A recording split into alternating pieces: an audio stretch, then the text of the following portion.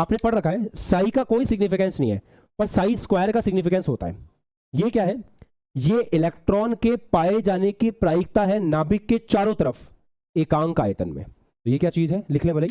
अब मैं ये पता लगाना चाहता हूं कि जब मैं हाइड्रोजन के नाभिक से स्मॉल आर दूरी पर जाकर के एक डी मोटाई का गोला लूं तो उसमें इलेक्ट्रॉन के पाए जाने की प्रायिकता सर्वाधिक कितनी है, ये मुझे पता लगाना है।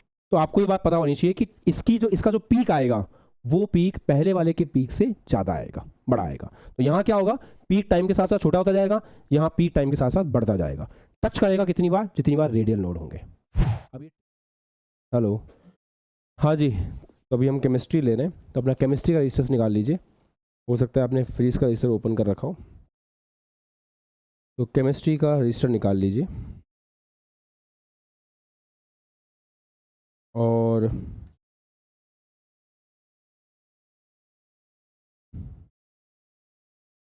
पेज नंबर 2.25 ग्रंथशाला में हम वहाँ से कवर कर रहे हैं।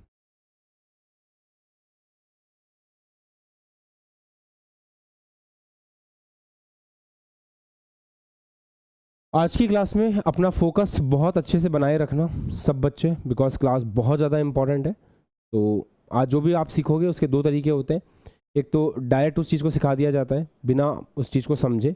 हम कोशिश करेंगे कि हम समझ के पढ़ें, तो समझ के पढ़ने में पेन आएगा, ज़्यादा मेहनत करनी पड़ेगी, तो बी रेडी फॉर दैट। चलिए स्टार्ट करते हैं। हेडिंग लगाएं, node slash nodal plane, node या नोडल प्लेन, जिसको नोडल सरफेस भी बोलते हैं, है ना, ये वर्ड भी यूज आता है। नोडल प्लेन बोल सकते हैं, नोडल सरफेस बोल सकते हैं। एक हम प्रोबेबिलिटी डिस्ट्रीब्यूशन कर्व पढ़ने वाले हैं। प्रोबेबिलिटी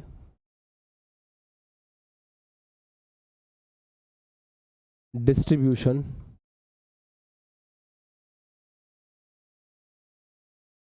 कर्व, ये अपन आज की क्लास में स्टडी करेंगे।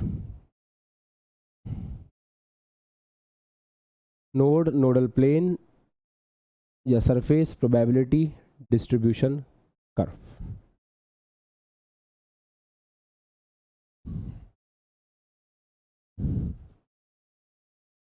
अच्छा,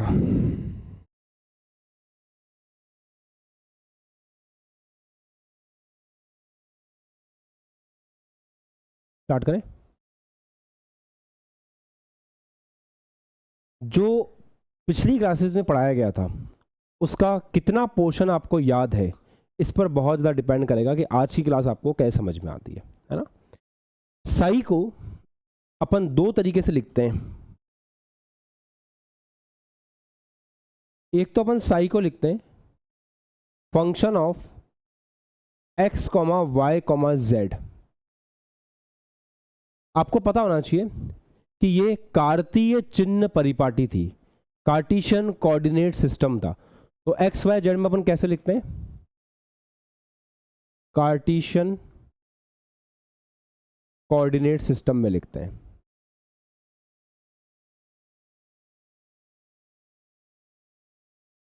कार्तीय चिन्ह परिपाटी में लिखते हैं।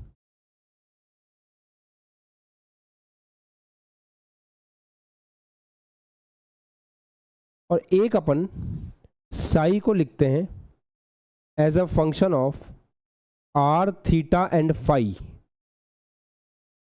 क्या आपको ध्यान है आर थीटा फाई को क्या बोलते हैं, किसी को याद है? Spherical polar coordinate. तो ऐसे भी लिख सकते हैं, spherical polar coordinate, spherical polar coordinate. तो कार्टिशियन कोऑर्डिनेट सिस्टम का मतलब होता है कि आप एक्स वाई और जेड एक्सिस के फॉर्मेट में मेंशन कर रहे हो, जैसे एक्स वाई और जेड एक्सिस के फॉर्मेट में मेंशन कर रहे हो। एक होता है r comma theta comma phi, उसके फॉर्मेट में मेंशन करना। एक बार रजिस्टर को ओपन करो और चेक करो कि अपन ने जहां पर स्पेरिकल पोलर कोऑर्डिनेट्स बनाए थे वो किस तरीके से बनाए थे। चेक करो एक बार, ओपन रजिस्टर्स, वो पेज ओपन करो, वहाँ पे आपको दिखेगा, मैं आपको बोलता हुआ जा रहा हूँ, आप अपनी कॉपी में देखते हुए जाओ, आप इमेजिनेशन अपने आप कर लोगे। उसमें एक्स एक्सिस मिलेगी आपको, वाई एक्सिस मिलेगी, जेड एक्सिस मिलेगी। हमने पॉइंट लिया होगा x comma y comma z, उस पॉइंट का जो एंगल बन रहा होगा वो थीटा होगा। फिर उस पॉइंट का प्रोजेक्शन लिया था नीचे p dash, projection x y तल के अंदर, फिर उसके साथ जो एंगल बन रहा था वो फाई है। याद करो।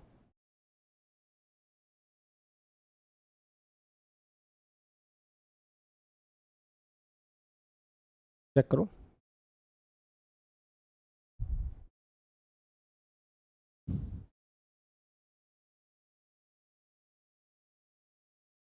जसराज याद आ गया? मिल गया? Raise your hands. Remember everyone? Clear है? अच्छा, अब ध्यान से सुनना। जब अपन फाई को ऐसे लिखते हैं ना, साई को ऐसे लिखते हैं, function of r comma theta comma phi, तो अगर हम चाहें तो इसको दो पार्ट्स में डिवाइड करके लिख सकते हैं। मतलब ये जो psi r comma theta comma phi के रूप में जब लिखा जा रहा है, तो हम अगर चाहें तो इसको दो पार्ट्स में डिवाइड कर सकते हैं।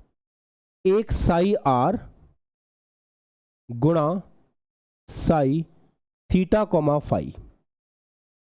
मोटे मोटे तौर पे बोले तो r comma theta comma phi को हमने दो पार्ट्स में डिवाइड कर दिया, एक साई आर और एक साई थीटा इंटू आर। ऐसे भी लिख सकते हैं। हाँ, इनके अपने अपने कुछ नाम होते हैं, थोड़ी सी जगह यहाँ पे छोड़ देना फिर आप लिख सकते हो। इनके अपने अपने नाम होते हैं। इसको बोलते हैं रेडियल वेव फंक्शन। इंग्लिश में लिख लो, कोई दिक्कत नहीं है, रेडियल वेव फंक्शन। और ये जो आपको दिख रहा है थीटा कॉमा फाई के रूप में जो आपने लिखा है, इसको बोलते हैं एंगुलर वेव फंक्शन। तो दिस इज कॉल्ड एज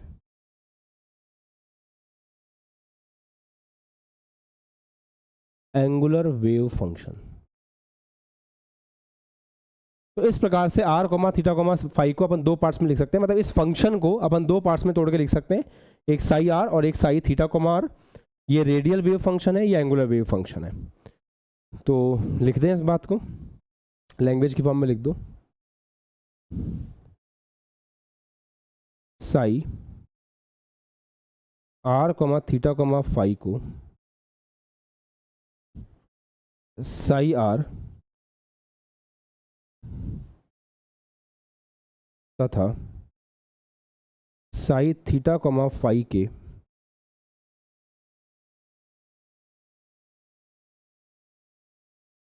गुणनफल के रूप में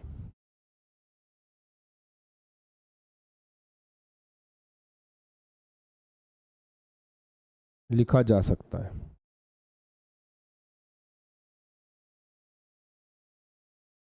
इसको ऐसे लिख सकते हैं।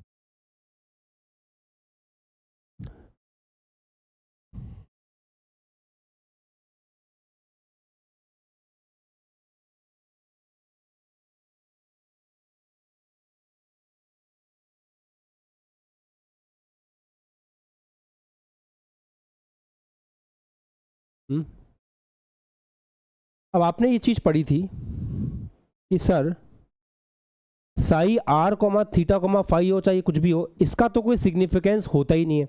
मतलब साई का तो कोई सिग्निफिकेंस होता ही नहीं है। सिग्निफिकेंस किसका होता है? साई स्क्वायर का सिग्निफिकेंस होता है।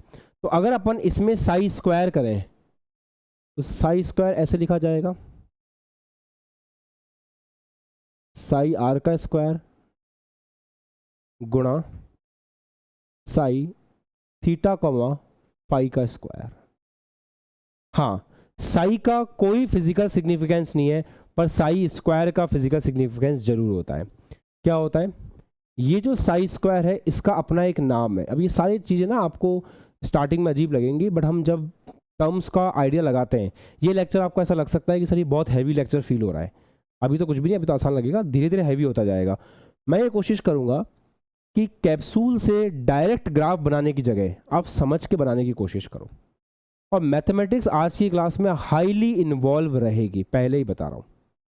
तो देखते हैं कि आप कितना समझ पाते हो, कोशिश पूरी करना। अदरवाइज इस लेक्चर को एक बार वापस देख लेना, कल तो आपका टेस्ट है तो आज पढ़ लो, वापस को रिवाइज मत करना, कल एक बार टेस्ट के बाद में या टेस्ट के बाद जब भी टाइम मिले रिवाइज कर लेना, सो दैट आपका लेक्चर परफेक्ट हो जाए। और कोई बात नहीं, अगर चीज़ें टफ है तो उनको एज इट इज ग्रहण करो, होने दो, एक बार में समझ में नहीं आएगा, 2 बार मेहनत करो, 3 बार मेहनत करो, कुछ बुक्स पढ़ो, पर चीज़ को छोड़ना नहीं है। बिकॉज जब एडवांस लेवल पर पढ़ाई करते हैं तो एडवांस आसान तो नहीं है, तो पढ़ना तो सब कुछ पड़ेगा, है ना। तो मैं उसी चीज़ को लेके चल रहा हूँ इस साल। इसको प्रोबेबिलिटी डेंसिटी कहते हैं, प्रायिकता घनत्व। अच्छा, प्रोबेबिलिटी डेंसिटी का मीनिंग क्या है? कुछ मीनिंग तो होगा इसका, आपने पढ़ रखा है। साई का कोई सिग्निफिकेंस नहीं है, पर साई स्क्वायर का सिग्निफिकेंस होता है। ये क्या है? ये इलेक्ट्रॉन के पाए जाने की प्रायिकता है नाभिक के चारों तरफ एकांक आयतन में। तो ये क्या चीज है, लिख लें भले ही। यह है एकांक आयतन में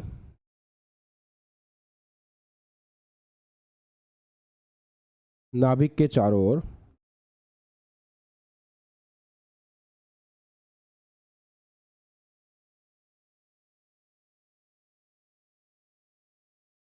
इलेक्ट्रॉन के पाए जाने की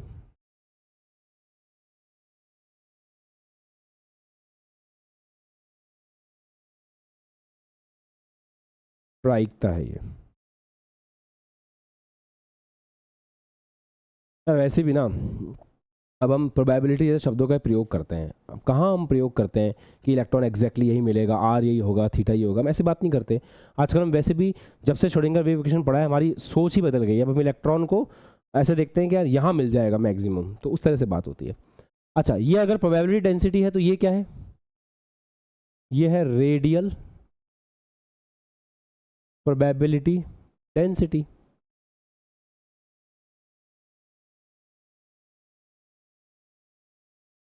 और ये क्या है, आप बताओ क्या होना चाहिए? ये है एंगुलर वेव फंक्शन, तो ये क्या हो जाएगा? एंगुलर प्रोबेबिलिटी डेंसिटी, तो ये हो जाएगा एंगुलर प्रोबेबिलिटी डेंसिटी। लिख लो।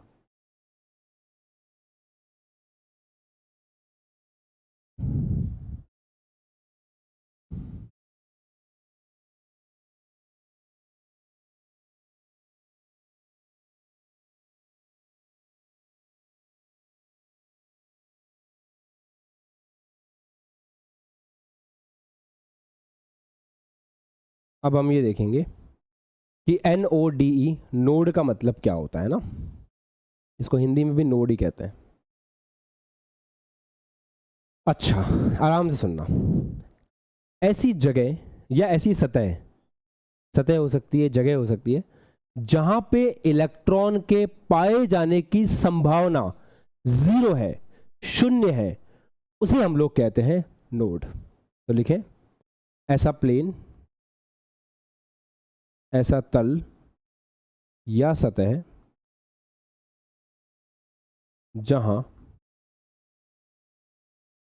इलेक्ट्रॉन के पाए जाने की संभावना, जहां इलेक्ट्रॉन के पाए जाने की संभावना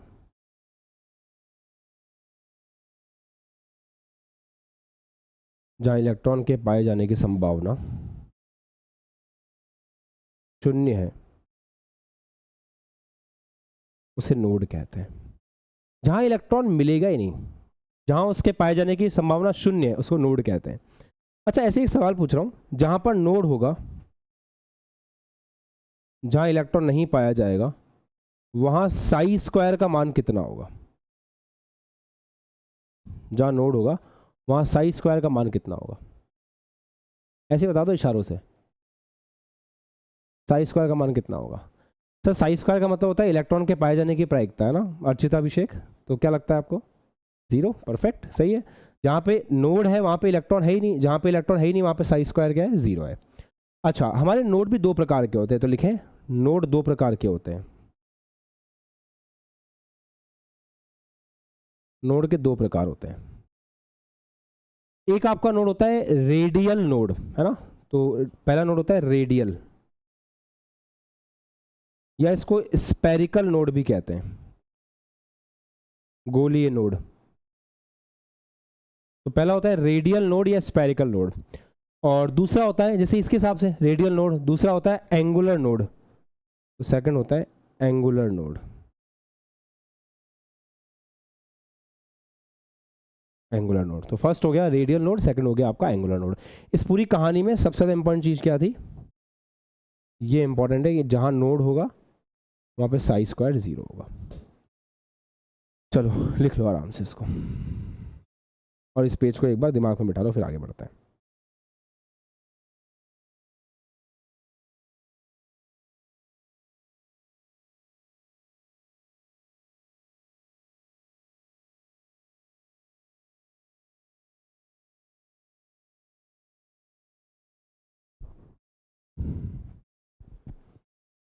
अब हमें एक एक करके डिफाइन करना है। रेडियल या स्पेरिकल नोड क्या होता है और एंगुलर नोड क्या होता है। आराम से इस बोर्ड पे जो कुछ भी लिखा हुआ है उसको दिमाग में बसा लो, फिर आगे बढ़े।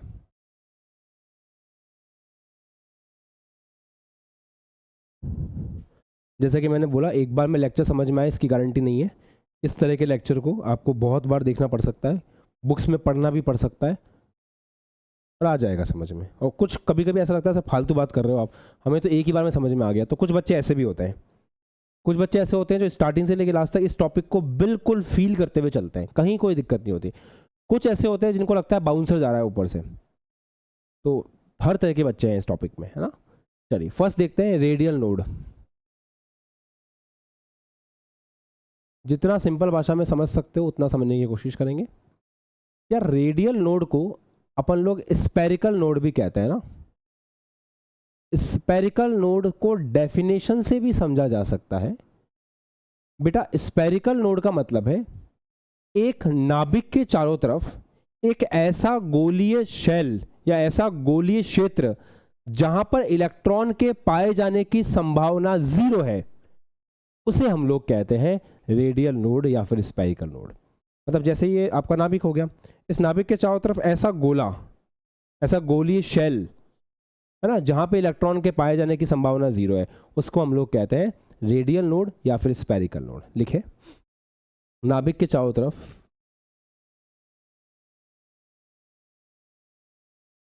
नाभिक के चारों ओर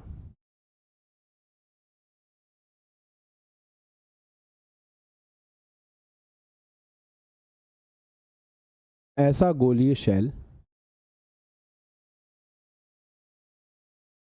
ऐसा गोलीय शेल जहां इलेक्ट्रॉन के पाए जाने की, इलेक्ट्रॉन के पाए जाने की संभावना या प्रायिकता ना 0 है, उसे हम कहते हैं रेडियल नोड या स्पेरिकल नोड। मतलब जहां पे साई आर का स्क्वायर 0 है, ये आप ऐसे सिंपल भाषा में कह सकते हो कि जहां पे साई आर का स्क्वायर 0 है। अच्छा, इस टॉपिक में सबसे ज्यादा काम की चीज जो है वो ये है कि नंबर ऑफ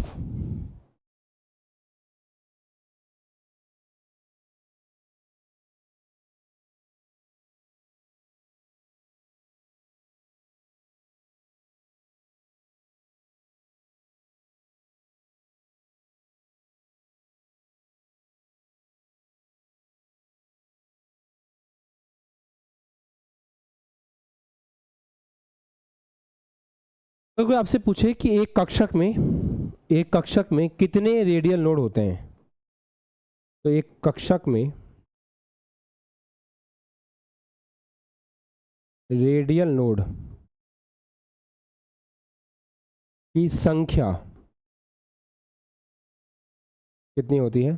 फॉर्मूला याद रखना है, n-l-1। ये फॉर्मूला बहुत ज़्यादा काम का फॉर्मूला है, ना भूल सकते हैं, और भूल गए सवाल बनेगा नहीं। तो इस फॉर्मूले पे इंपॉर्टेंट लिख के इसको याद कर लीजिए। अभी थोड़ी देर में इसको समझने की भी कोशिश करेंगे। सेकंड था अपना एंगुलर नोड। तो सेकंड है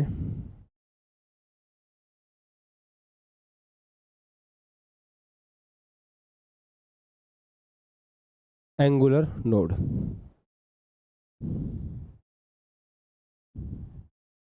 इसको ध्यान से सुनना, कोणीय नोड कहते हैं इसको हिंदी में। आपके पास एक नाभिक है, तो नाभिक से गुजरने वाला ऐसा तल जिसपे इलेक्ट्रॉन के मिलने की संभावना 0 है, उसको अपन एंगुलर नोड कहते हैं। अब बच्चा ना बहुत ज़्यादा कंफ्यूज होता है कभी कभी एंगुलर नोड में और रेडियल नोड में, दोनों का डिफरेंस समझो अच्छे से, फिर लिख लेना। जैसे ये नाभिक है, इस नाभिक के चारों तरफ ऐसा गोलीय क्षेत्र जहां पे इलेक्ट्रॉन के पाए जाने की संभावना 0 है, उसको रेडियल नोड कहते हैं। ठीक है, ये नाभिक है, इस नाभिक से गुजरने वाला ऐसा तल जो नाभिक को काटता हुआ जाए और उस पर इलेक्ट्रॉन के मिलने की संभावना 0 हो, उसको एंगुलर नोड कहते हैं। जब मैं एक्सप्लेन करूंगा ना तो आपको परफेक्टली क्लियर हो जाएगा कि हाँ सर आप क्या बोल रहे हो। बस दो बातें याद रखना, नाभिक के चारों तरफ गोलीय रूप में जो नोड है वो आपका रेडियल नोड है, और नाभिक को काटता हुआ जो नोड जा रहा है वो आपका एंगुलर नोड है। दूसरी बात, दोनों में ही इलेक्ट्रॉन के पाए जाने की संभावना 0 होती है। ठीक, लिखो, नाभिक को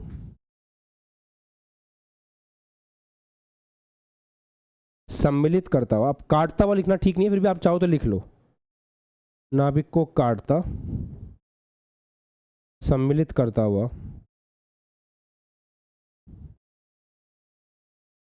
वह तल जिसमें इलेक्ट्रॉन के पाए जाने की संभावना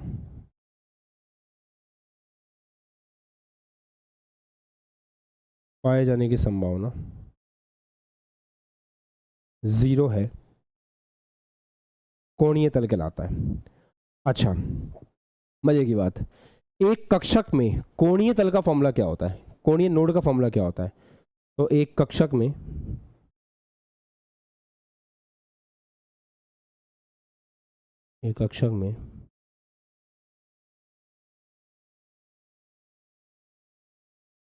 एंगुलर नोड का फॉर्मूला, तो एक कक्षक में एंगुलर नोड का फॉर्मूला होता है L के बराबर। जो L की संख्या होगी वही उसके अंदर एंगुलर नोड की संख्या होगी। ठीक है, लिख लो। और एक बात और बोल सकते हैं ना अपन यहाँ पे, कि यहाँ पे 0 क्या होता है, यहाँ पे साई थीटा कोमा पाई का स्क्वायर 0 होता है, तो यहाँ पे ये चीज़ 0 होती है।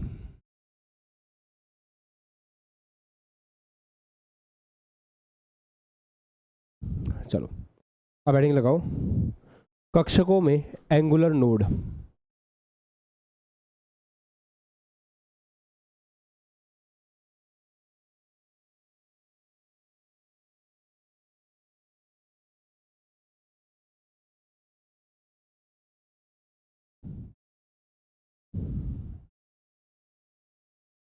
कक्षकों में एंगुलर नोड चेक करते हैं। सबसे पहले चेक करते हैं एस कक्षक में।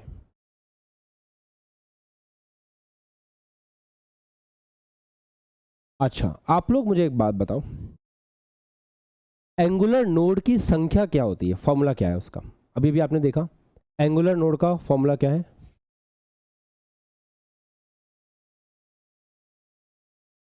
एंगुलर नोड का फॉर्मूला होता है L के बराबर।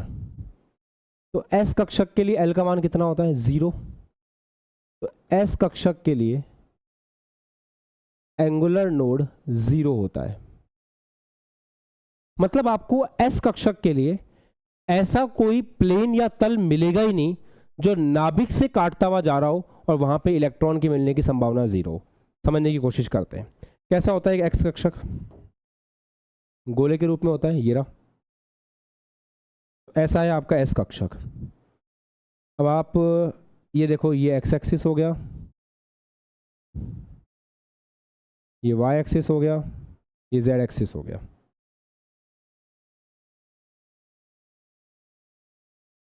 क्या आप ऐसा कोई तल इमेजिन कर सकते हो क्या जो नाभिक से जा रहा हो? नाभिक कहां पर है? ये नाभिक है, ये नाभिक है। इस नाभिक से गुजरने वाला ऐसा कोई तल मेरे को बताओ जिस पे इलेक्ट्रॉन के मिलने की संभावना 0 हो। आप बोलोगे सर एस कक्षक जो है ना उसमें जैसे नाभिक है तो इलेक्ट्रॉन ऐसे मिलता है, तो आप इस नाभिक को ऐसे काटते हुए जाओगे तो भी इलेक्ट्रॉन मिल जाएगा बीच में कहीं ना कहीं, ऐसे काटोगे तो भी इलेक्ट्रॉन मिल जाएगा, ऐसे काटोगे तो भी इलेक्ट्रॉन मिल जाएगा, ऐसे काटोगे तो भी इलेक्ट्रॉन मिल जाएगा। ऐसा कोई प्लेन या तल आपको मिलेगा ही नहीं जिसपे इलेक्ट्रॉन के मिलने की संभावना जीरो हो, जो नाभिक को काटता हुआ जा रहा हो। मैं किसकी बात कर रहा हूँ? एंगुलर नोड की। तो एंगुलर नोड तो आपको नहीं मिलेगा, किसी भी हालत में नहीं मिलेगा। Is this right? अब नहीं मिलेगा ये तब समझ में आता है जब मिलेगा वो कैसा होता है ये दिखाया जाए। तो वो पी कक्षक के लिए चेक करते हैं। तो अपन देखते हैं सेकंड पी कक्षक में, यहां आपको समझ में आ जाएगा मिलने का मतलब क्या है, तो आप एस को अपने आप समझ जाओगे। सेकंड अपन देखते हैं पी कक्षक के लिए। अच्छा एक बात बताओ, एक पी कक्षक के लिए एंगुलर नोड का फॉर्मूला क्या होगा? एक पी कक्षक के लिए एंगुलर नोड का फॉर्मूला क्या होता है? एंगुलर नोड का फॉर्मूला होता है एल के बराबर। अच्छा पी कक्षक के लिए एल का मान कितना होता है? 1 होता है। मतलब एक पी कक्षक के लिए एक एंगुलर नोड होगा, एक पी कक्षक के लिए एक एंगुलर नोड होगा। क्या चेक करें अपन इसको? आ जाओ चेक करते हैं। जैसे मान लो ये एक्स एक्सिस है और ये वाई एक्सिस है, तो ये एक्स एक्सिस हो गई, ये वाई एक्सिस हो गई, ये आपका पी एक्स है, ये पी एक्स है। तो इलेक्ट्रॉन कहाँ कहाँ मिलेगा? यहाँ इलेक्ट्रॉन मिलेगा पूरे में, यहाँ इलेक्ट्रॉन मिलेगा पूरे में। अब आप मुझसे पूछो कि सर इलेक्ट्रॉन कहाँ नहीं मिलेगा? नाभिक कहाँ पर है? नाभिक ये रहा बीच में। अब मैं यहां पर आपको एक ऐसा तल बताता हूं जो नाभिक से काटता हुआ जा रहा है और जहां इलेक्ट्रॉन मिलने की कोई संभावना नहीं है। कैसे? ये वाला तल जो ऐसे जा रहा है, ये देखो, जो तल ऐसे काटता हुआ जा रहा है, इलेक्ट्रॉन है राइट में, इलेक्ट्रॉन है लेफ्ट में, पर जो तल ऐसे कट करता हुआ जा रहा है उस पर इलेक्ट्रॉन के मिलने की कोई संभावना है ही नहीं। तो यहां पर कौन सा तल है जिस पे इलेक्ट्रॉन मिलने की संभावना नहीं है? तो ये x है, ये y है, सामने z होगा। अगर मैं आपको बोलूं कि यहां पे yz तल एक ऐसा तल है जो आपका एंगुलर नोड है, इस पर इलेक्ट्रॉन के मिलने की संभावना जीरो है। तो क्या इस बात को हम समझ सकते हैं? अब फील आया आपको? बीच में से कट करता हुआ जा रहा है तो वहां पे जीरो, ये मैं समझाने की कोशिश कर रहा था। अच्छा पी वाई के लिए चेक करें।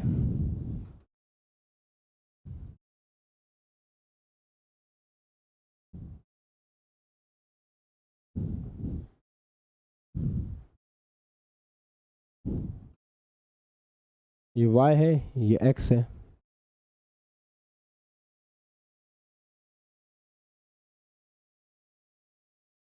ऐसे है, ये पी वाई है। अब आप खुद इमेजिन करके बताओ कि पी वाई के लिए कौन सा तल होगा जिस पर इलेक्ट्रॉन के मिलने की संभावना जीरो होगी? सर ये पी वाई है, ये वाले तल पे जीरो होगी, ऐसे इस तल पे इलेक्ट्रॉन नहीं मिलेगा। ये कौन सा तल होगा? ये x है, ये y है, ये z है। तो xz तल जो है, ये वाला xz तल जो है उस पर इलेक्ट्रॉन के मिलने की संभावना नहीं है, वो एंगुलर नोड है। और ये कहाँ से कट करता हुआ जा रहा है? नाभिक से कट करता हुआ, ये नाभिक है। ये मैं समझाने की कोशिश कर रहा था। तो px में एक नोड मिला आपको, सही है। py में आपको एक नोड मिला जो कि होना भी चाहिए। अब pz के लिए चेक करते हैं। z भी आप ही मुझे कमेंट सेक्शन में बता दो फिर। pz के लिए आप मुझे कमेंट सेक्शन में बता दो। मान लो ये z एक्सिस है, ये z एक्सिस ले लिया अपन ने, ऐसे ये z एक्सिस ले ली। कौन सा तल होगा इसमें? अगर ये z एक्सिस तल कौन सा होगा? ये तल कौन सा होगा? हाँ ये तल कौन सा होगा? देखो अगर ये z एक्सिस है तो ये y और ये x होगा। तो कौन से तल में इलेक्ट्रॉन नहीं मिलेगा? इसमें। तो ये तल कौन सा होगा? ये तो z एक्सिस है, तो x और y, तो इसके लिए तल कौन सा हो जाएगा? नोडल प्लेन का एक्स वाई तल हो जाएगा। ये इसके लिए एंगुलर नोड होगा। मैं कोशिश करता हूं आपको थोड़ा सा एनिमेशन से समझाने की। रुको,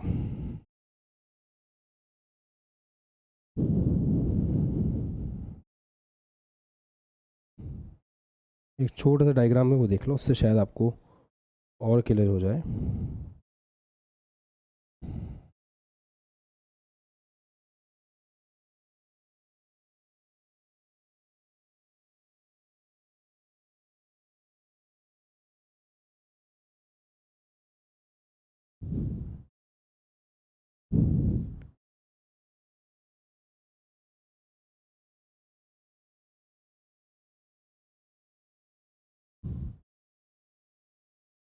ये देखो, इससे काफ़ी हद तक क्लियर हो जाना चाहिए। जैसे मैं आपको जो समझाना चाह रहा था वो ये समझाना चाह रहा था कि जैसे ये आपका पी एक्स है, देखो ये पी एक्स है, ये पी एक्स है। तो ये जो तल आपको दिख रहा है ना, ये वाला, ये वो तल है जो इसको ऐसे काटता हुआ जा रहा है। इसके ऊपर इलेक्ट्रॉन के मिलने की संभावना जीरो है। तो ये पी एक्स के लिए जो आपका तल होता है वो वाई जेड तल होता है। अब ये आपका क्या है, ये पी वाई है। तो पी वाई के लिए जो तल है, पी वाई के लिए एक्जेड तल होगा। तो पी वाई के लिए ये एक्जेड तल है जो जा रहा है, यहाँ इलेक्ट्रॉन के मिलने की संभावना जीरो, ये ऐसे कट करता हुआ जा रहा है। और ये आपका जेड है, तो जेड को एक्स वाई तल कट करता हुआ जा रहा है ऐसे। यहाँ इलेक्ट्रॉन के मिलने की संभावना जीरो है। तो जो चीज़ अपन ने ऐसे समझी वही सेम चीज़ बस थोड़ा 3D में देखना चाहो तो ऐसे फील कर सकते हो। I hope it's clear. Angular node समझ में आ गए सबको। अब हम डी ऑर्बिटल के लिए चेक करते हैं, तो हेडिंग लगाएंगे डी ऑर्बिटल के लिए।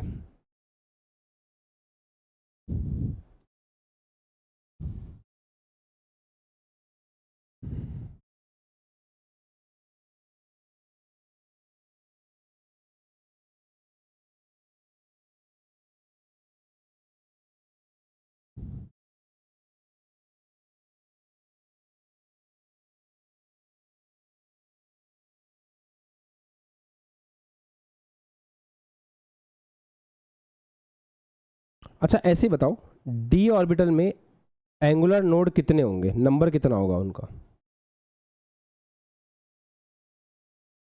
नंबर ऑफ एंगुलर नोड कितने होंगे, काउंटिंग कितनी होगी? 5। ऋषभ ऐसे कर रहे हैं 5 गधे। नंबर ऑफ एंगुलर नोड का फॉर्मूला क्या है? एल है ना, डिवीजन नहीं कर रहे हो ना। डी के लिए कितना मान होता है एल का? एजिमुथल क्वांटम नंबर कितना होता है डी के लिए? 2 होता है।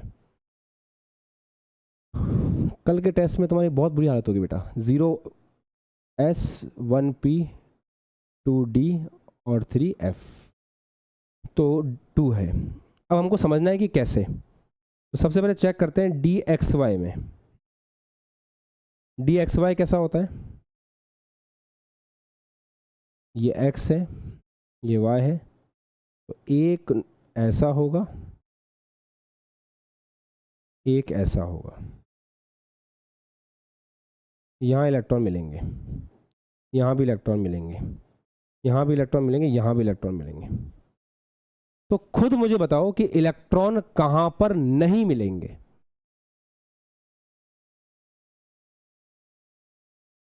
इसमें इलेक्ट्रॉन कहां पर नहीं मिलेंगे?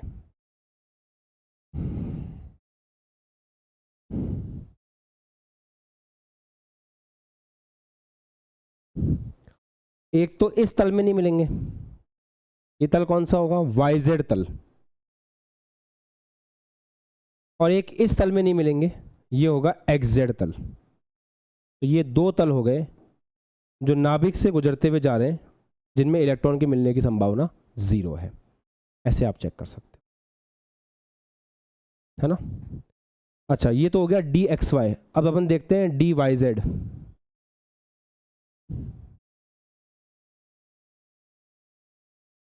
क्या डी वाई जेड आपको पता है कैसा होता है? ये वाई, ये जेड, ऐसे इलेक्ट्रॉन मिलेंगे, डबल डंबल ऐसे इलेक्ट्रॉन मिलेंगे। तो नाभिक से गुजरने वाला वो तल बताओ जिसमें इलेक्ट्रॉन नहीं मिलेंगे। यार sorry sorry sorry sorry sorry, गलत बना दिया हमने। तो ऐसा होता है।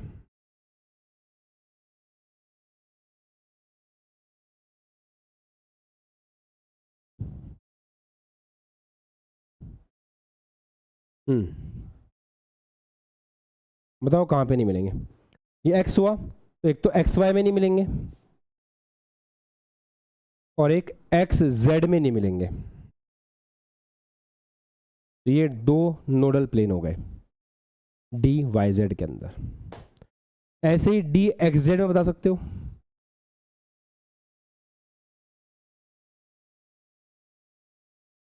ये एक्स ये जेड कर लोगे, बड़ी बात तो नहीं है। खुद दिमाग लगाओ अपना। बिटवीन द एक्सिस होता है, पहले का पढ़ा हुआ है तो आगे का समझ आएगा। ये लो,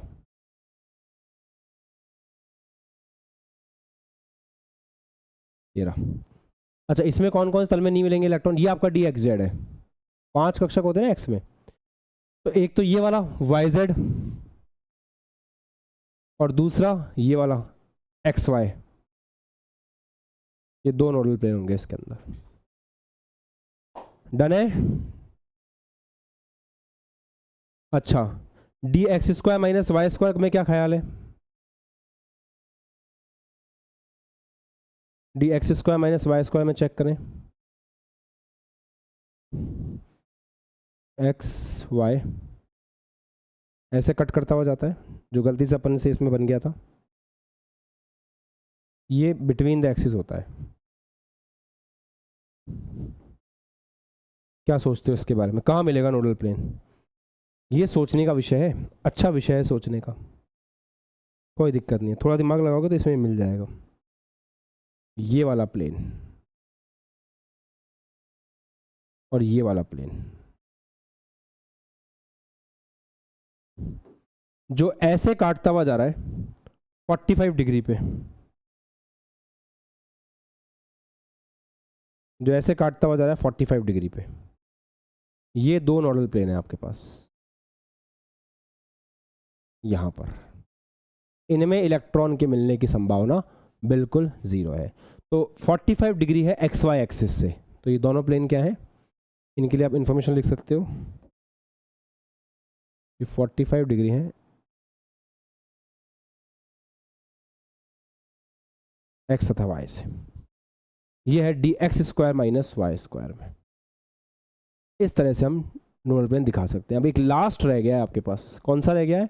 डी जेड स्क्वायर। इसको बना लो, फिर डी जेड स्क्वायर को देखते हैं, फिर एनिमेशन समझ लेंगे एक बार, मतलब इस तरह के डायग्राम से, तो और आपको क्लियर हो जाएगा।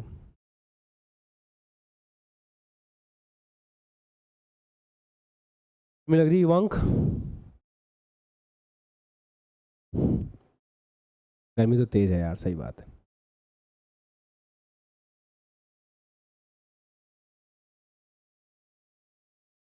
चलो दोस्तों आगे बढ़े। Now let's check for d z square. कोई बात नहीं, आईआईटी में ऐसे ही होते हैं, मस्त रहो, एक साथ मेहनत कर लो बस।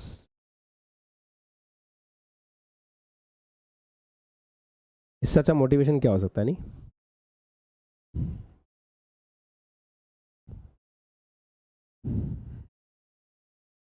आईआईटी में भी ऐसे ही होते हैं, चिंता मत करो।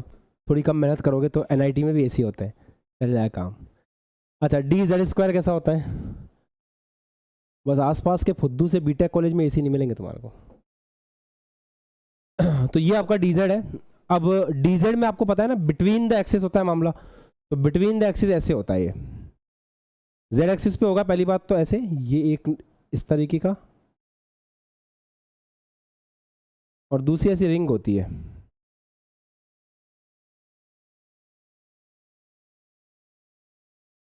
ऐसी रिंग होती है। अब इसमें कैसे होता है? इसमें जो एंगुलर नोड होता है ना, जो नोड होते हैं एंगुलर नोड, वो ऐसे इस तरह के प्लेन नहीं होता कुछ भी। फिर इसमें क्या होता है? इसमें नाभिक कहाँ पे होता है? सेंटर में, ये नाभिक होता है। तो यहां से कोन निकलता है, कोन ऐसा, इस कोन के रूप में होता है नोडल प्लेन। इस कोन के ऊपर आपको किसी प्रकार का कोई इलेक्ट्रॉन नहीं मिलेगा। ऐसे ही एक कोन नीचे होता है ऐसा, ये किसी भी इलेक्ट्रॉन घनत्व को काटता हुआ नहीं जाता है।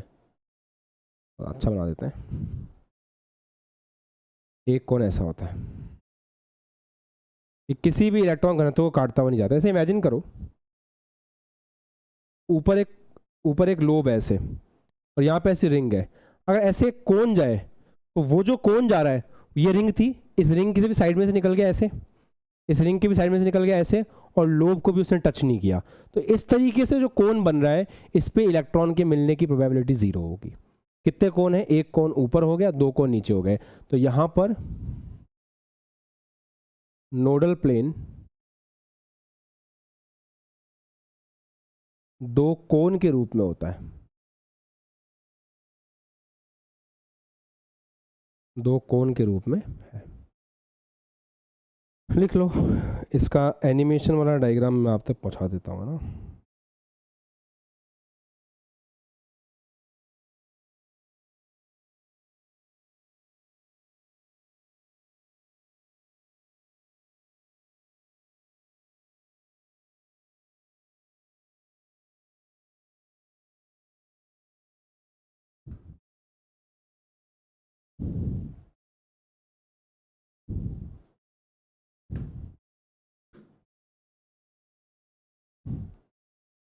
ये देखो,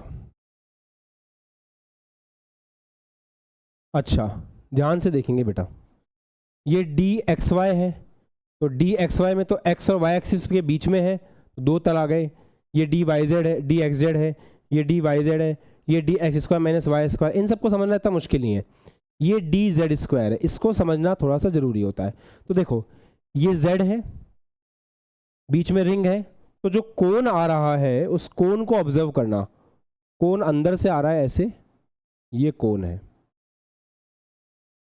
ध्यान से ऑब्जर्व करोगे तो इस कोन के ऊपर कोई भी इलेक्ट्रॉन उपस्थित नहीं होगा, यहां कोई भी इलेक्ट्रॉन टच नहीं कर रहा है। तो ये आपका नोडल प्लेन बनेगा। ये न्यूक्लियस तक जाएगा, अंदर तक। आप बोलोगे सर इसको टच तो कर रहा है, नहीं कर रहा, क्योंकि डेंसिटी ऐसे है, ये डेंसिटी ऐसे है, वो सेंटर से ऐसे निकल रहा है यूं, इस तरीके से। तो रिंग को टच नहीं कर रहा, वो कोने में से निकल रहा है, साइड में से, इस तरीके से। ठीक है, एक प्रतिभावान छात्र जो है अपनी कक्षा का, वो समझाने की कोशिश कर रहा है। एक बार मैं उनको स्पॉटलाइट में लेता हूँ, ये इस तरीके से समझाने की कोशिश कर रहा है बालक, ये भी ठीक है। ऐसे ये रिंग है, और इस रिंग का आप मान सकते हो कि कोन में से निकल रहा है। दिख रहा है सबको? चलो, आपकी प्रतिभा को सम्मान, बढ़िया। अब आगे बढ़े।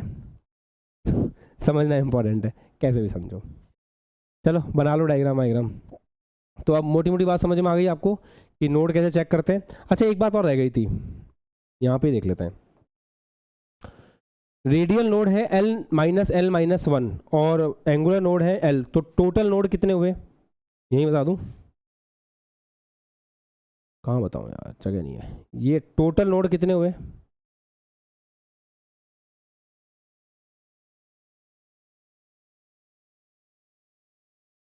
टोटल नोड कितने हुए? N-L-1 प्लस L से L कट गया, तो टोटल नोड होते हैं N+1। न्यूमेरिकल आएगा, सवाल आएगा तो इस तरीके का आएगा, N-1 सॉरी, सवाल आएगा तो इस तरीके का आता है, देख लेना। ठीक है, ओके, फंडामेंटली क्लियर है। अब भाई साहब टाइम आ गया है ग्राफ व्राफ बनाने का, तो अब यहाँ से कहानी कुछ और ही हो जाएगी।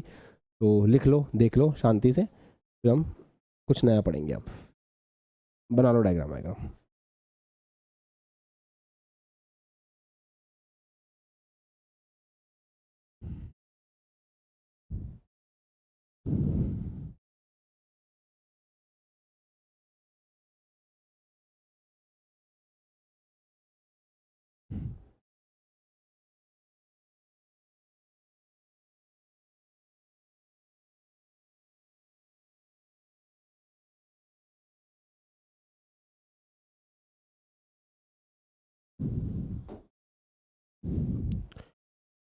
जितना पढ़ा है अभी आज की क्लास में, 1 मिनट का समय दे रहा हूँ, 2 मिनट का समय दे रहा हूँ, रिवाइज कर लो। अब जो पढ़ने वाले हैं उसमें अलग टाइप का फोकस चाहिए, एक बार रिवाइज कर लो, जो पढ़ा है पूरा रिवाइज कर लो।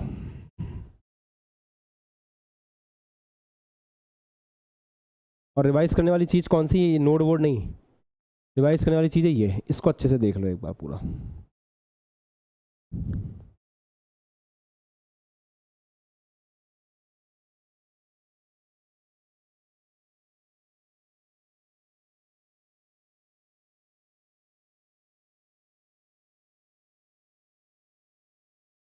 डन हो गया रिवीजन। चलिए साहब,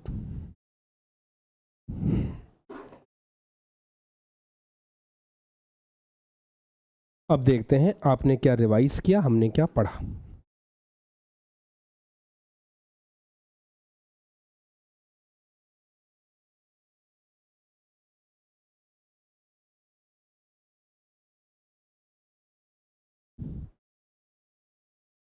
सबसे पहले हमने ये सीखा कि फाई को हम इस तरीके से लिख सकते हैं कि phi r comma theta comma psi r comma theta comma phi, इसको साई आर गुणा साई थीटा कॉमा फाई ऐसे लिख सकते हैं। ठीक है, अब कौन सी चीज क्या है वो देखते हैं। इसमें हम लोगों ने जाना कि ये वेव फंक्शन है,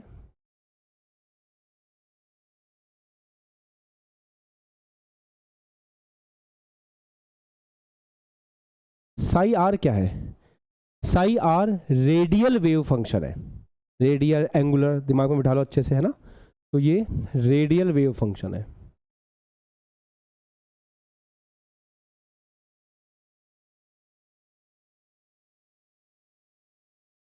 ये एंगुलर वेव फंक्शन है।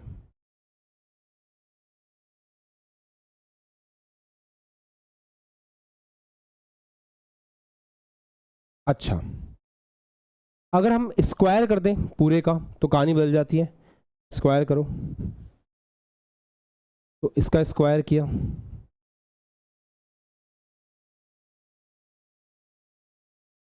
इसका स्क्वायर किया,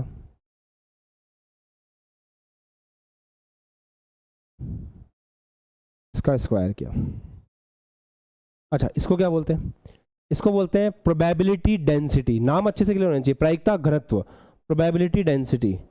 तो दिस इज कॉल्ड एज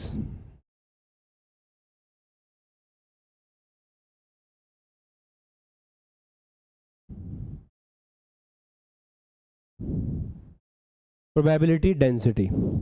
अच्छा, साई आर क्या है, साई आर है radial probability density.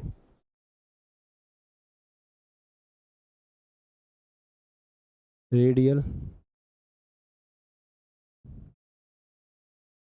Probability density. Psi square theta comma phi क्या है, एंगुलर प्रोबेबिलिटी डेंसिटी। डन। अब हम कुछ पता लगाने की कोशिश करते हैं। क्या पता लगाने की कोशिश करते हैं, जैसे मान लो ये नाभिक है, इस नाभिक से स्मॉल आर दूरी पर डी आर मोटाई का अगर मैं छोटा सा गोला लेता हूं तो उसका आयतन कितना होगा। वापस देखो, जैसे इस नाभिक से स्मॉल आर दूरी पर डी आर मोटाई का अगर मैं गोला लेता हूं तो ये जो मैं शेडेड कर रहा हूं इसका आयतन कितना होगा। क्या ये बेसिक मैथमेटिक्स नहीं है। देखो कैसे, ये पूरा गोला, इसका जितना आयतन है उसमें से इस गोले के आयतन को माइनस कर दो तो आपके पास इस वाले गोले का आयतन आ जाएगा। सही है यार, ये कुछ वैसा है। गुब्बारा देखा है आपने, गुब्बारा, गुब्बारा कैसा होता है। गुब्बारे को ध्यान से देखो, सेंटर से गुब्बारे की बाहर वाली लेयर, गुब्बारे की अंदर वाली लेयर, वो जो उसकी बाहरी परत है, मैं उस परत के आयतन की बात कर रहा हूं। हालांकि आपके और मेरे रिस्पेक्ट में तो बहुत पतला है, पर परमाणु के लिए बहुत बड़ी बात होगी। तो कैसे निकालेंगे, बड़ा सिंपल है। बड़े वाला गोला जो बाहर तक का गोला है उसका आयतन कितना होगा, 4/3 पाई आर प्लस डी आर का होल क्यूब। ये हो गया इस पूरे का आयतन। इसमें से ये अंदर वाले का माइनस कर दो तो 4/3 पाई आर क्यूब माइनस कर दो, बात बन जाएगी? बोलो,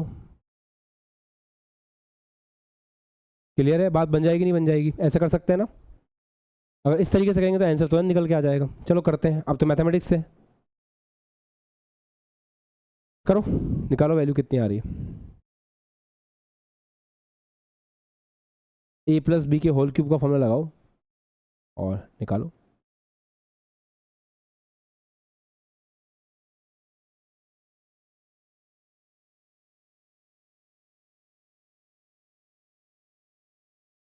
आप चाहो तो 4/3 कॉमन भी निकाल सकते हो, कोई दिक्कत नहीं है।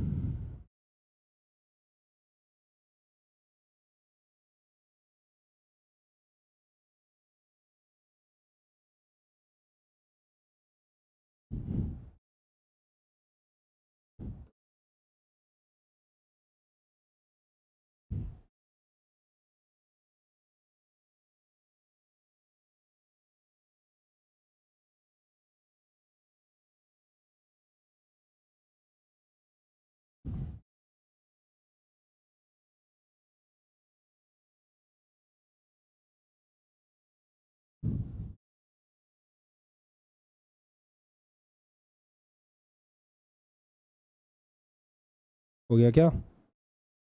ये 1 घंटा लगेगा। A cube plus b cube plus 3ab a plus b, ऐसे क्या था? पूरा लास्ट तक जाओ, लास्ट तक जाओ। क्या क्या आ रहा है ये?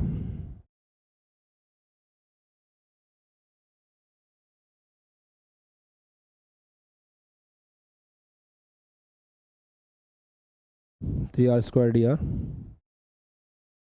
Plus 3 r d r square square minus r cube हो जाएगा।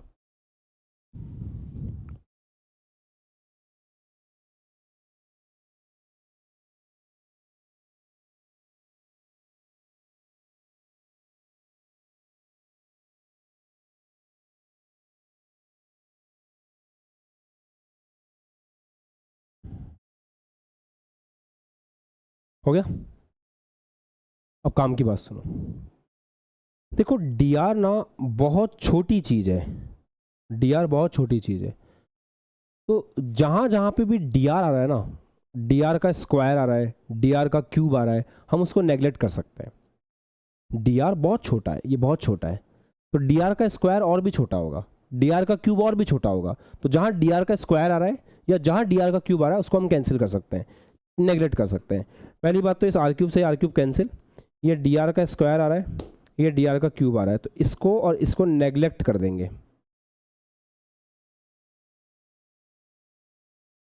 तो इनको नेग्लेक्ट कर देंगे तो क्या आएगा? 4/3 pi into 3r² D R, 3 से 3 कट जाएगा, कितना आ गया? 4 पाई r² डी आर। मतलब ये अब याद करने लायक चीज हो गई कि नाभिक से अगर मैं r दूरी पर जाकर के एक डी आर मोटाई का कोई गोला लूंगा या शेल लूंगा या स्पेयर लूंगा तो उसका आयतन कितना होगा? 4 पाई r² डी आर। ये हमेशा आपको दिमाग में रखना है। सर इतना इंपॉर्टेंट क्यों है यार? इसलिए इतना इंपॉर्टेंट हो जाता है क्योंकि हम ये चाहते हैं कि हम नाभिक से थोड़ा सा दूर जाएं, r दूरी पे जाएं, उसके बाद हम एक डी आर मोटाई का गोला लें और उस डी आर मोटाई के गोले पर, डी आर मोटाई के शेल पर ये चेक करें कि इलेक्ट्रॉन के पाए जाने की प्रायिकता कितनी है। तो उसके लिए हमें पता होना चाहिए ना उसका आयतन कितना है, तो इसलिए हमने उसका आयतन निकाला। आप इस बात से कंफ्यूज मत होना कि ये आर त्रिज्या के गोले का आयतन है, नहीं, ये आर त्रिज्या के गोले का आयतन नहीं है। ये नाभिक से आर दूरी पर जाकर के एक पतला सा अगर अपन स्पेयर लें, उस पतले से स्पेयर का आयतन है। जो मैंने यहाँ पे शेडेड किया है ना, उसका आयतन है ये। बच्चे बहुत कंफ्यूज होते हैं इस टॉपिक में और पता नहीं बाद में फिर अपने मन से कुछ भी बनाते हैं। ये इसका आयतन है, ये इसका आयतन है। ये क्या था? ये था नाभिक से स्मॉल आर दूरी पर डी आर मोटाई का dr मोटाई के शेल या गोले का आयतन।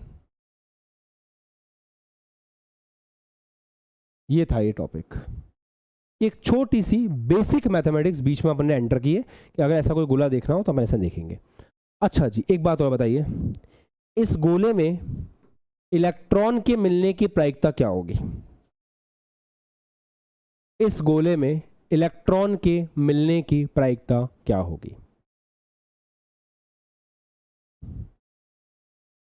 इस गोले में इलेक्ट्रॉन के मिलने की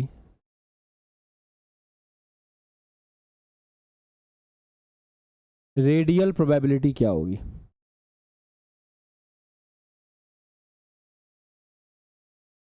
मतलब त्रिज्यीय प्रायिकता क्या होगी?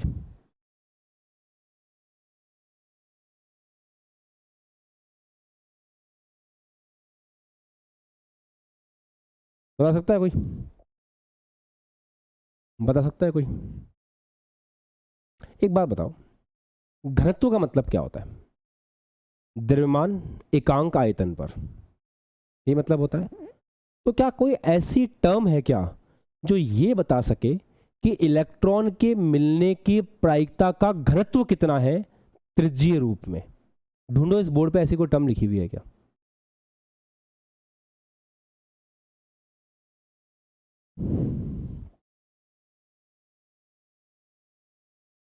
ये रही।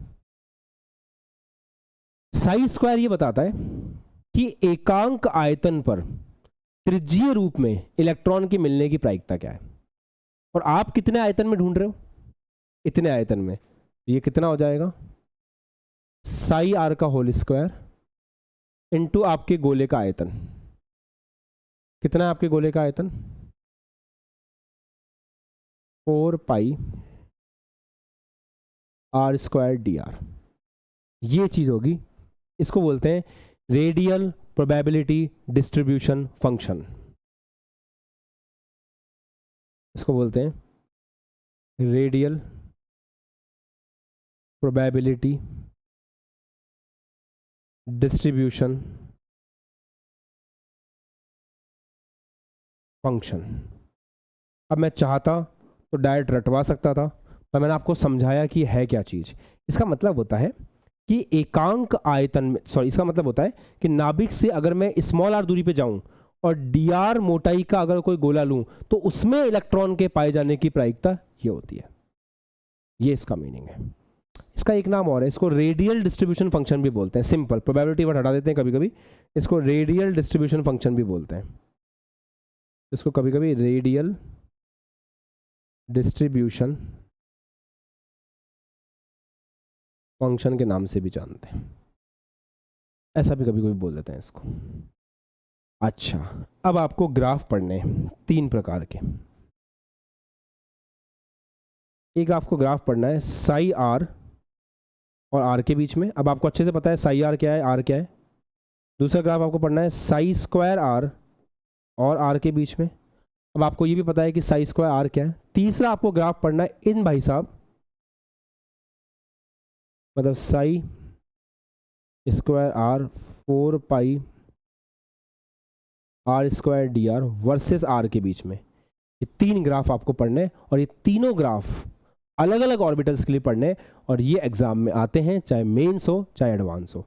ये 3 ग्राफ आपको आज स्टडी करने हैं सभी ऑर्बिटल्स के लिए।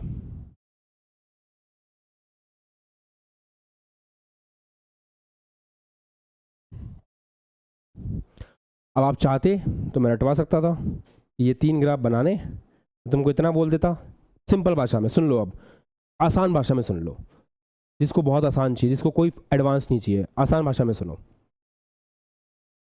इलेक्ट्रॉन का जो रेडियल वेव फंक्शन है, त्रिज्यीय फलन जो है, उसके और आर के बीच का ग्राफ पहला ग्राफ है।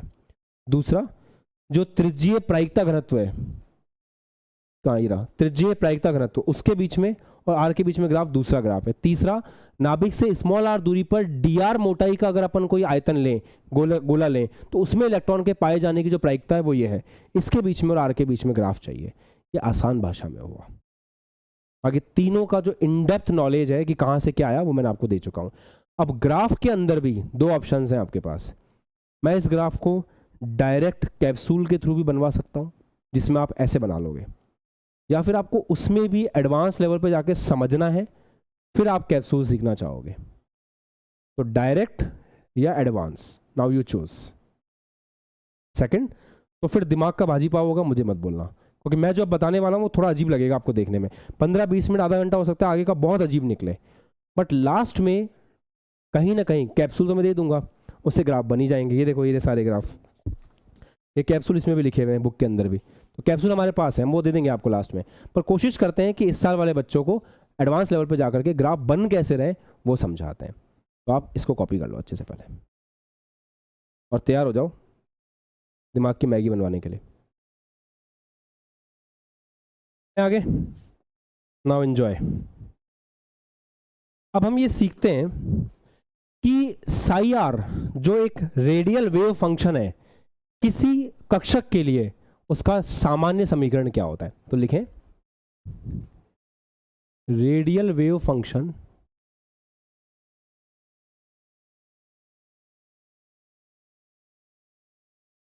त्रिज्यीय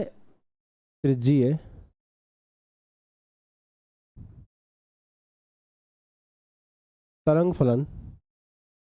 हाँ पूछा।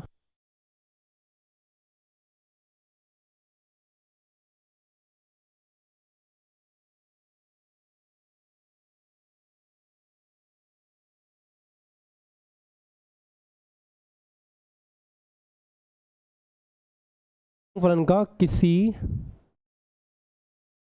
कक्षक के लिए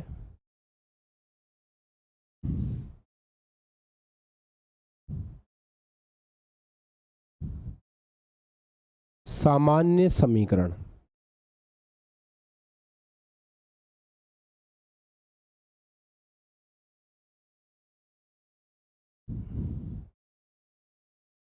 चलो सीखना ध्यान से। अगर आपके पास कोई भी ऑर्बिटल है, कोई भी कक्षक दुनिया का, साई आर का एक सामान्य फलन होता है, एक सामान्य समीकरण होता है साई आर का। वो समीकरण होता है एक कांस्टेंट के आर की पावर एल। एल क्या होता है? एल वही होता है जिसको तुम पहले गलत बता रहे थे, एजिमुथल क्वांटम संख्या। एस के लिए इसका मान 0 है, पी के लिए 1 है, डी के लिए 2 है, एफ के लिए 3 है। याद रखना है, अच्छे से याद रखना है, भूलना नहीं है। उसके बाद ब्रैकेट में आता है आर का बहुपद जिसकी डिग्री समझते हो क्या? मुझे नहीं पता डिग्री को हिंदी में क्या बोलते, शायद कोटि कहते होंगे। हाँ, तो आर का बहुपद जिसकी degree n minus L minus 1 है, ठीक है, गुणा ई की पावर। बहुपद जिसको आप लोग सामान्य भाषा में पॉलिनोमियल कहते हो, कुछ कुछ याद आ रहा है? शायद 9-10 में आप लोग पढ़ते होंगे। अच्छा, इसकी पावर माइनस का आर अपॉन के डैश, ये होता है सामान्य समीकरण एक त्रिज्यीय तरंग फलन का। और इस समीकरण से अपन ग्राफ बनाएंगे जहां पे k और k डैश, ये वाला k और ये वाला k डैश, ये कांस्टेंट है।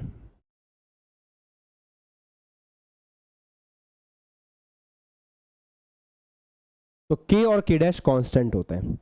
l के बारे में सभी जानते हैं कि l दिगंशी क्वांटम संख्या है। एक बच्चा जो एसएल से पढ़ लिया अभी अभी, वो एक बात और जानता है ना कि l एंगुलर नोड की संख्या भी होता है। तो इसके साथ हम ये भी लिख सकते हैं कि ये एंगुलर नोड की संख्या है, एंगुलर नोड की संख्या। अच्छा दोस्तों, और ये n माइनस एल माइनस 1 क्या है?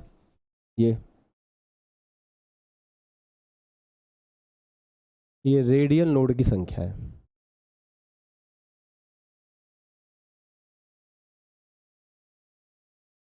चलो अब ग्राफ बनाने की कोशिश करते हैं। कोई एक कक्षक उठाते हैं, उसके लिए चेक करते हैं। मान लो सबसे पहले अपन ये समीकरण बना रहे हैं 1s के लिए। ध्यान से देखना। फर्स्ट ऑफ ऑल मुझे ये बात बताओ कि 1s के लिए l का मान कितना होता है और n का मान कितना होता है?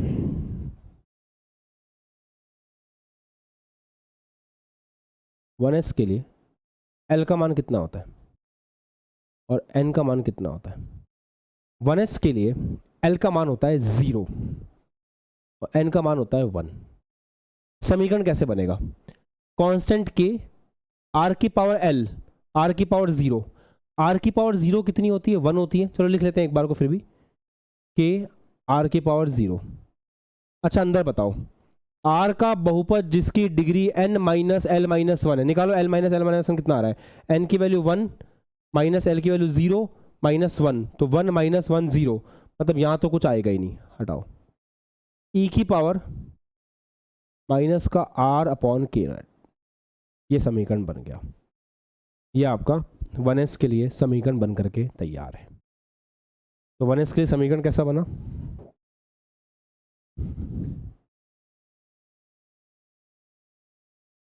के ई की पावर माइनस का r अपॉन के डैश, ये समीकरण बन गया। दैट्स इट, ये समीकरण है। अच्छा एक बात बताओ यार, ये तुम बहुपद जानते हो ना? बहुपद क्या चीज़ होती है? बहुपद की कोटि क्या होती है? कोटि किसी को पता है बहुपद की? 9th class. जैसे मान लो x का बहुपद है, तो x की जो मैक्सिमम पावर होती है ना उसको कोटि कहते हैं। जैसे मान लो ये लिख के दिया मैंने आपको, एक्स स्क्वायर माइनस 5, तो ये जो बहुपद है इसकी कोटि कितनी है? 2 है।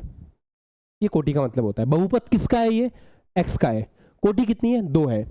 जैसे मान लो मैंने लिख के दिया तुम्हें x माइनस 5, तो ये जो बहुपद है इसकी कोटि कितनी हुई? 1, क्योंकि x की मैक्सिमम पावर कितनी है? 1, ऐसे।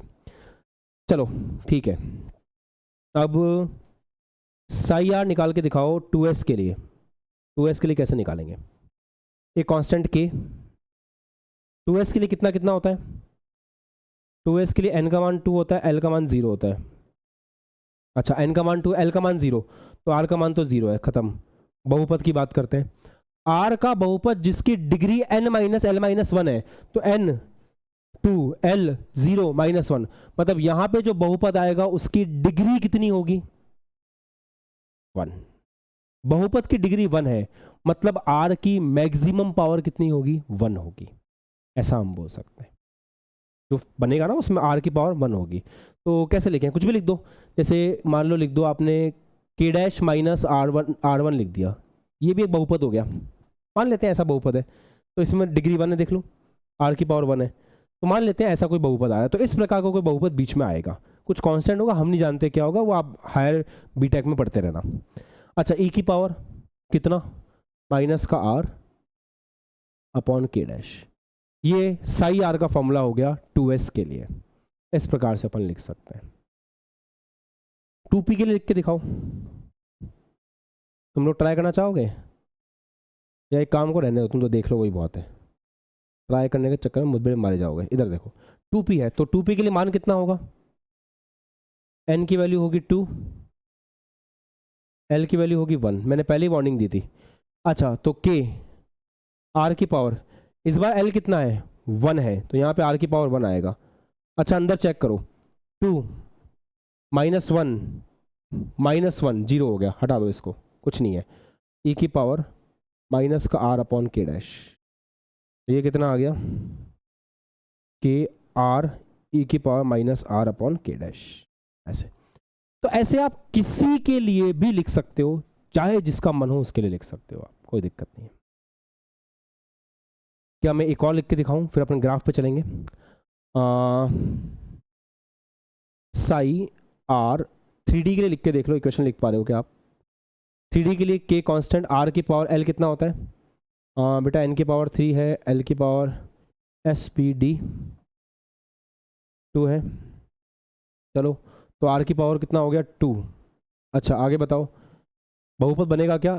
3 माइनस 2 1 नहीं बन रहा, और e की पावर कितना? माइनस का r अपॉन के डैश, तो साई r 3D कितना हुआ? के आर स्क्वायर ई की पावर माइनस का r अपॉन के डैश। ठीक है, ऐसे अपन समीकरण बनाना सीखते हैं। ग्राफ बनाना नहीं सीखा है, अभी केवल समीकरण बनाना सीखा है। लिख लो आराम से।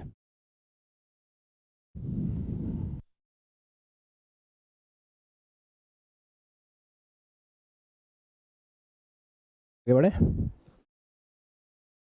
अब आप हेडिंग लगा सकते हैं। अब अपन ग्राफ बनाना सीख रहे हैं 1s के लिए, है ना।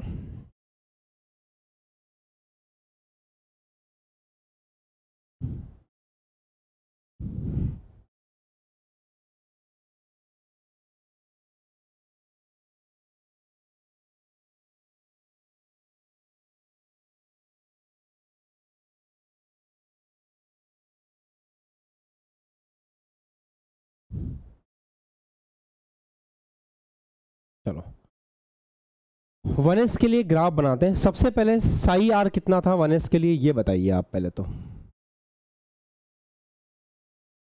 साई आर कितना था 1s के लिए, कितना था साई आर 1s के लिए, निकाला था ना अपन ने। ये रहा के ई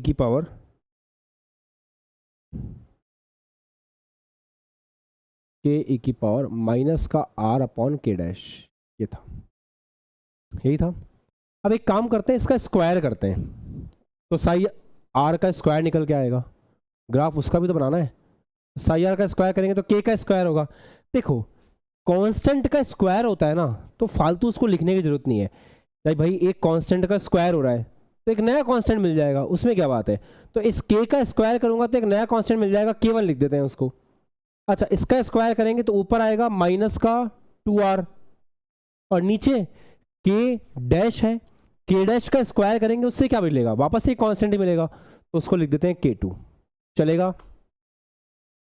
अरे हो इतने समझदार कि इसका स्क्वायर हो रहा है, इसके स्क्वायर को मैंने k2 केवल एक नया कांस्टेंट लिख दिया। इस पूरे का स्क्वायर करेंगे तो 2 से मल्टीप्लाई, ये भी एक नया कांस्टेंट हो जाएगा, तो एक नया कांस्टेंट लिख दिया k2। कोई फर्क नहीं पड़ता उससे, उससे सच में कोई फर्क नहीं पड़ता, मस्त रहो आप। कांस्टेंट कांस्टेंट ही होता है, डजेंट मैटर कि वो कैसा है। अच्छा ये हो गया। तीसरी चीज वो अपनी, ये कहाँ गया, ये वाला रेडियल प्रोबेबिलिटी डिस्ट्रीब्यूशन फंक्शन, इसको y बोल देते हैं, इसको मैं y से रिप्रेजेंट करूंगा। तो y निकालते हैं। y कैसे आता है, 4 pi r square d r into psi r. चलो करो, तो 4 pi r square d r के ई की पावर माइनस का आर अपॉन के डैश, ये ऐसा आएगा, ये इस प्रकार का आएगा।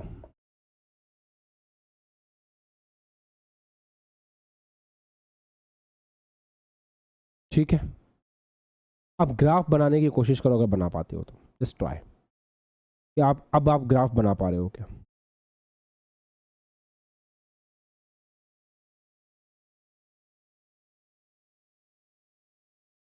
इसमें एक छोटी सी चीज और है, वो रह गई थी आपको बताना। ये जो एक्सप्रेशन है ना, कंप्लीट एक्सप्रेशन, इस कंप्लीट एक्सप्रेशन में केवल ये वाला जो हिस्सा है ना, इसको y मत लिखो, ये वाला जो हिस्सा है ना, केवल ये वाला, ये होता है radial probability distribution function, dr नहीं होता। तो अगर इसको लिखना है अलग से तो ऐसे y बराबर होता है 4 pi r square psi R का स्क्वायर, बस ये। तो यहाँ से भी dr हटा लो, dr नहीं आएगा, सिंपल 4 पाई आर स्क्वायर के साई आर को आप लिख सकते हो के ई की पावर माइनस का r upon k dash. Now it's good, वैसे लिख सकते हैं, वो dr नहीं आएगा। अच्छा जी सर ध्यान से देखें, तो 4 पाई के, ये भी कांस्टेंट है, तो इसको एक नया कांस्टेंट बोल दो के डबल डैश, ये आ गया आर स्क्वायर ई की पावर माइनस का आर अपॉन के डैश, ऐसे बोल सकते हैं। ये आ गया y, ये आ गया साई आर स्क्वायर, ये आ गया साई आर। अब ये तीनों कुछ कुछ कुछ कुछ ऐसे दिखाई देते हैं। अच्छा स्क्वायर भी तो होता है, मल्टीप्लाई तो स्क्वायर से करते हैं ना, तो ये वाला लेना था। छोटी सी मिस्टेक यहाँ भी की अपन ने, साई आर से नहीं, साई स्क्वायर आर से मल्टीप्लाई करते, इससे मल्टीप्लाई करना था, k1 ई की power minus 2r upon k2। हाँ अब ठीक है यार, तो ये नया कांस्टेंट बन जाएगा के डबल डैश आर स्क्वायर ई की पावर माइनस 2r बाई के टू। अब ठीक है, अब ठीक है। बहुत छोटी छोटी बातें हैं इसके अंदर। इस साई आर से मल्टीप्लाई नहीं करना था, साई आर स्क्वायर से मल्टीप्लाई करना था। देखो ना कहाँ गए अपन, ये देखो ये वाली चीज़ थी। चलो अब ग्राफ बनाते हैं, इधर ध्यान देंगे सब बच्चे। अगर मैं ग्राफ बनाऊं साई आर और आर के बीच में, तो मुझे ऐसे ही देख करके बताओ कि जब यहां आप आर की जगह 0 रखोगे तो साई आर का मान कितना आएगा। जब आप आर की जगह 0 रखोगे तो ई की पावर 0, ई की पावर 0 1 होता है, तो ई की पावर 0 1 हो गया के, तो मान कितना आ जाएगा के। तो आर जब 0 होगा तो मान के आएगा। एक्सपोनेंशियल फंक्शन का ग्राफ पता है कैसा होता है? नेगेटिव एक्सपोनेंशियल फंक्शन का ग्राफ ऐसे नीचे आता है, आपने मैथमेटिक्स में पढ़ रखा होगा। अब ये प्योर मैक्स है, यहां से प्योर जे एडवांस है, तो नीट वाले बच्चे थोड़ा शांति रख सकते हैं इसमें। जैसे अगर आप एक्सपोनेंशियल की बात करो तो ऐसा जाएगा ग्राफ, ई की पावर माइनस का ग्राफ ऐसे जाता है। तो यहां पर पहली बात तो ये ग्राफ स्टार्ट कहां से होगा, के से स्टार्ट होगा, और दूसरा ई की पावर माइनस का ग्राफ है तो ऐसे जाएगा। ये ग्राफ होगा साई आर का। डन। सेकंड ग्राफ बनाए अपन,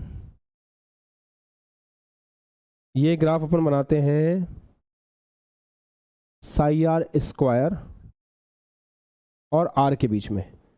तो साई आर स्क्वायर और आर के बीच में ग्राफ बनाएंगे तो वही बात, जब यहाँ पे आर का मान 0 रखोगे इसमें तो k1 आएगा, तो ये ग्राफ k1 से स्टार्ट होगा, ठीक है। और एक्सपोनेंशियल ग्राफ है ये भी, तो ऐसा ही जाएगा। बस यहाँ पे 2 आ रहा है तो ये और ज़्यादा नीचे की तरफ बेंड होता हुआ जाएगा ऐसे, ये आप कह सकते हो। डन।